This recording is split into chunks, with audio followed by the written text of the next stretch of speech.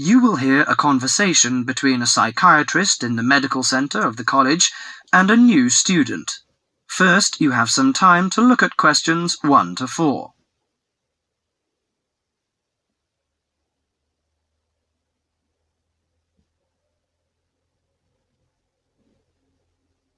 Now listen carefully to the conversation and answer questions 1 to 4. Hello, sit down, please. Thank you. Now, you are a new patient, aren't you? Yes, that's right. Okay, so I'd better get some basic details down first. Right, we'll start with your name. Martin Hansen. Do you spell that S-O-N or S-E-N? Hansen. Okay, and you're a first-year student? Yes, I am. Study in? Electronics, actually. I hope you enjoy it. Thanks. And your address? 2805 Hesperian Avenue, Hayward. 2805 and Hesperian. Yes, that's Hesperian. Hayward, Hayward. And your phone number? 734-246-55. 734-264-55. No, you got the 6 and the 4 the wrong way round. It's 246-55. Huh? Sorry, right. And, when were you born? The 15th of June, 1986. Here in New Zealand? No, I was born in Sydney.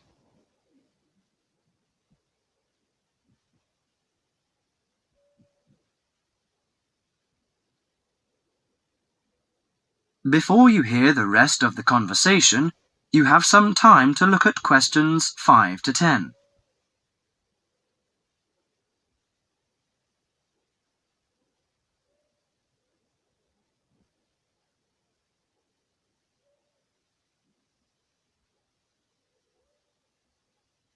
Now listen to the conversation and answer questions 5 to 10. Good. So, what's your problem? Well, frankly, I wonder whether it is a problem. I get the blues, and it lasts for quite a while. I don't know how to... Yes, we all feel sad or get the blues now and again. Generally, our sadness lessens in time, and with the support of friends. However, if the depression leads to difficulty in thinking and greatly disrupts your daily routine, it can be evidence of a psychiatric problem. What do you feel exactly? I always feel sad and worthless. I find it hard to fall asleep and wake up early in the morning. How long has it lasted? Nearly half a month. Do you feel fatigue or loss of energy? Or you may have lost interest or pleasure in usual activities? Yes, sometimes. At first I thought I could overcome it by myself, but I failed, and I'm so glad that you came here. It seems that you are suffering mild depression from your symptoms. Depression? Yes, I feel depressed sometimes.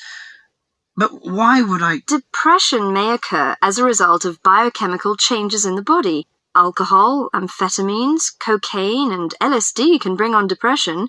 Those who have a family history of depression usually have a greater risk of depression. Sometimes the worrying changes in life can lead to depression. I see. I had a really bad breakup of a love relationship. It makes me feel hopeless. Do you think I need some treatment? Yes. Antidepressant medications are often used to treat depression, if it is serious. But I don't suggest them at first because of the side effects. I suggest psychotherapy, which can give you support and help you regain control. So do I need to come here every day? No, I will arrange counselling sessions for you, which will last 12 to 20 weeks. You come here once or twice each week. The psychotherapy is directed at helping you gain insight and understanding about events in your life, which may have contributed to your depression. With growing insight, you can often learn more effective ways of coping with your feelings and changing your behaviour. What can I do to take care of myself? Well, at first you should do some physical exercises on a regular basis, at least 3 times a week. How is your food? Do you eat well? Yes, I think so. I eat at my homestay family. Good. Find a hobby or a positive recreational activity to participate in once or twice a week. I know it's difficult for you, though. When you feel it's hard to overcome the depression, come to the counselling session. Remember, ask for help if the load is too heavy to handle. Yes, I'll try. So, when will my counselling session begin? I'm going to arrange that for you. That is the end of part 1. You now have half a minute to check your answers.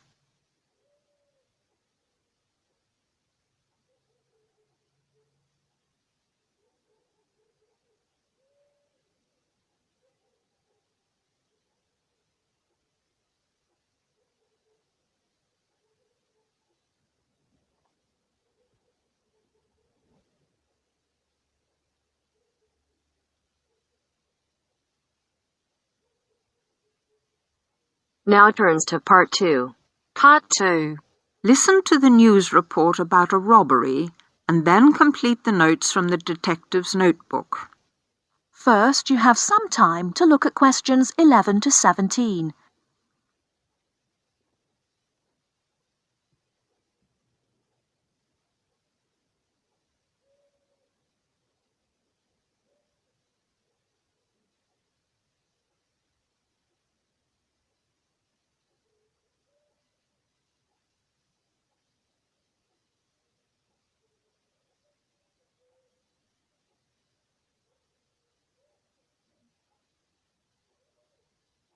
Now, listen carefully and answer questions 11 to 17. There has been an armed robbery this morning at the Halifax Building Society's branch on Edward Street. John Briggs is at the scene with Detective Sergeant Henry Lawson. Detective Sergeant, can you tell us what you know about the robbery? Yes, the raid took place this morning, shortly after 11:30, when a man accompanied by a woman went into the offices of the Building Society and asked to see the manager. There were no other customers in the building at the time. They were let into the manager's office, and the woman produced a gun from her handbag. Then they took the manager back out of his office and made him tell the cashiers to hand over all the money they had in the tills and in the safe.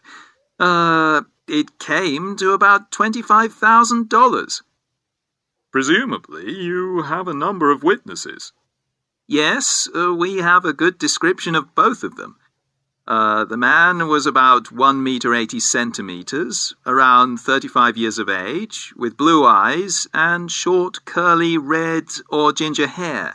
He was wearing jeans, a green sweater, and a 3/4 length blue coat. When he spoke to the cashier when he came in, he called himself Mr. Erickson, but we doubt whether that is his real name. But we do know that may be his real name. He also spoke with a strong Scottish accent, which may help us to trace him. Before you hear the rest of the talk, you have some time to look at questions 18 to 20.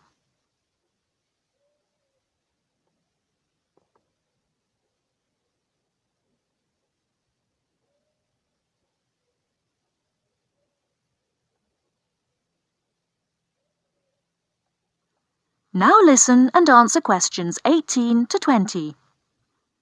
And what about the woman? Now, she is in her early 20s, slim and quite tall, about 1 meter 70 centimeters. She was wearing a long white raincoat, which was quite loose-fitting, and which she didn't take off. She had a beige handbag, which they used to hide the gun in. She's got straight, shoulder-length blonde hair, blue eyes, and like the man, has a noticeable accent. Do you have any other information? Yes, the car they used was seen by 2 or 3 people. It's a blue or dark blue Ford Escort, and we have the registration number. And it's G595ERI. I'll say that again. It's G595ERI. Now, the car was stolen from Bishopstone just over a week ago, so if anyone has seen it in the last week, we would like to hear from them. We also know that the car's front left headlight was broken when it was stolen, and is still broken, we think. So, you would like information from the public about the car? Yes, and the people. We're appealing to anyone who thinks they may recognize the two robbers or know anything about the car. We've set up an incident room in Swindon, and the telephone number is 774529. So we would like people to ring us if they have any information. And of course, all calls will be dealt with in the strictest confidence. Thank you very much. Thank you. And the number again, if you have any information, is 774529. And now back to the studio. That is the end of part 2. You now have half a minute to check your answers.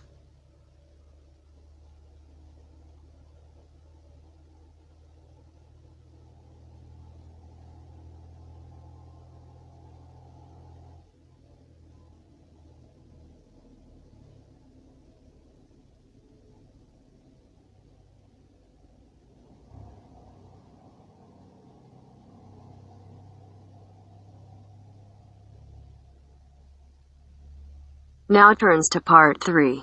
Part 3. You'll hear an introduction about canoeing. First, you have some time to look at questions 21 to 24.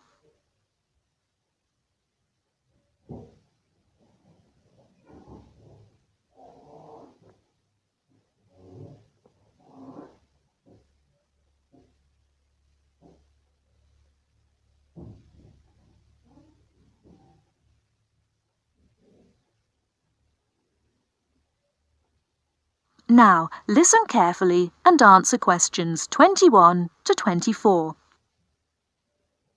Have you imagined paddling around on a river in a small boat? Canoes, which are narrow boats and usually hold 1 or 2 people at the most, are particularly well known for being unstable and turning over in the water. But more and more people enjoy this dangerous sport. Today, Cynthia Bocci, an adult education teacher and an addict of canoeing as well, will share her experience of canoeing with us. Cynthia, when did you begin this sport? Well, I started it 6 or 7 years ago, and soon I got attracted by the exercise. I have to admit that it brings me great fun. It's become part of my life. So, could you describe how you do it? At first, I think you need some like-minded friends. The friends who share the same interest with you. It's no fun at all if you canoe alone. Usually, we assemble in a parking shelter near the Island Lake Recreation Area. We pull our canoes from inside the vans, lift them from atop the cars and trucks, and attach wheels to help transport them to the shores of the lake beside the boat dock. What equipment do you need for the sport? Well, first and foremost, a canoe, of course. The price ranges from £300 to £700, depending on the material they're made from. The more you can pay, the better, really. Personally, I wouldn't look at anything under £500, but that obviously depends on your budget. You also need a hard helmet to protect yourself against rocks when you fall out of the canoe, and believe me, that is very likely to happen. Because of this, it's a must for a beginner to wear a wetsuit.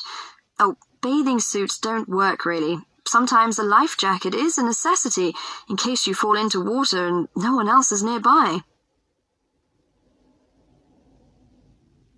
Before you hear the rest of the talk, you have some time to look at questions 25 to 30.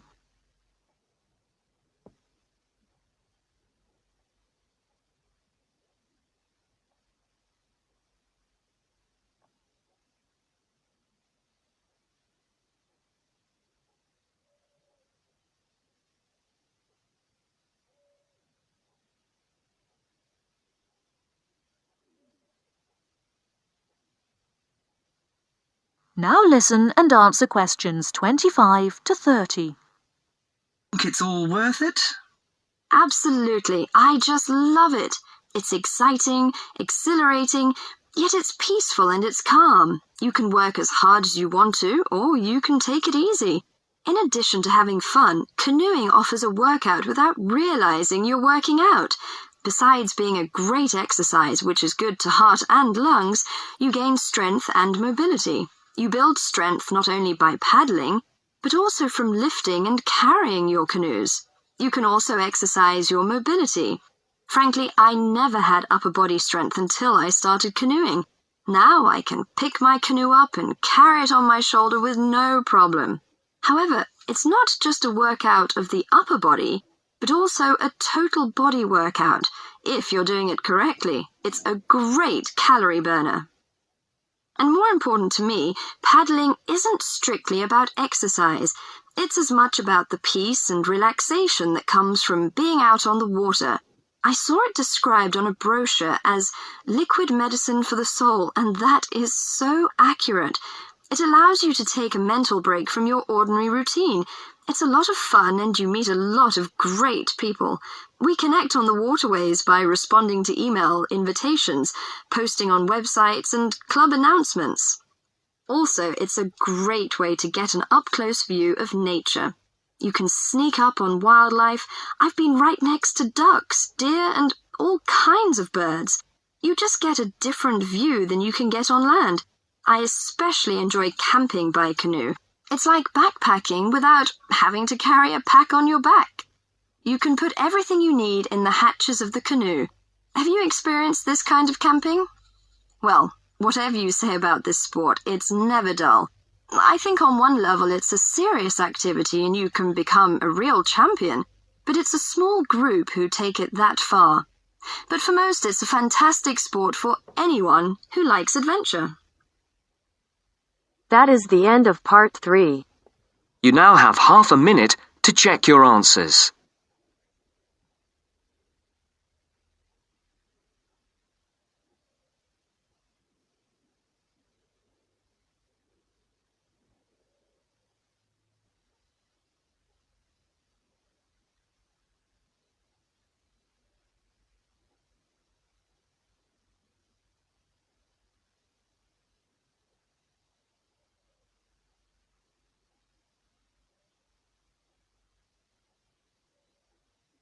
Now turns to part 4.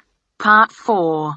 You'll hear an introduction about the tutorial courses of the physics school. First, you have some time to look at questions 31 to 40.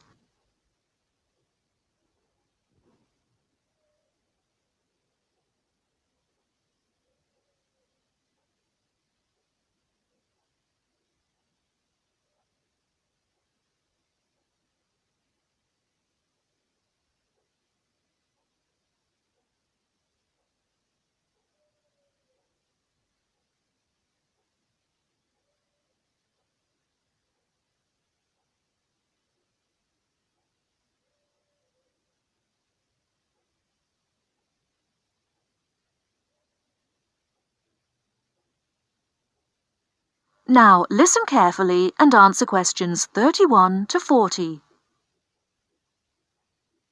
Welcome to Orientation Week. This is the physics school session, and we'll welcome Professor Smith, the head of the school, to introduce you to the tutorial system. Welcome, Professor Smith.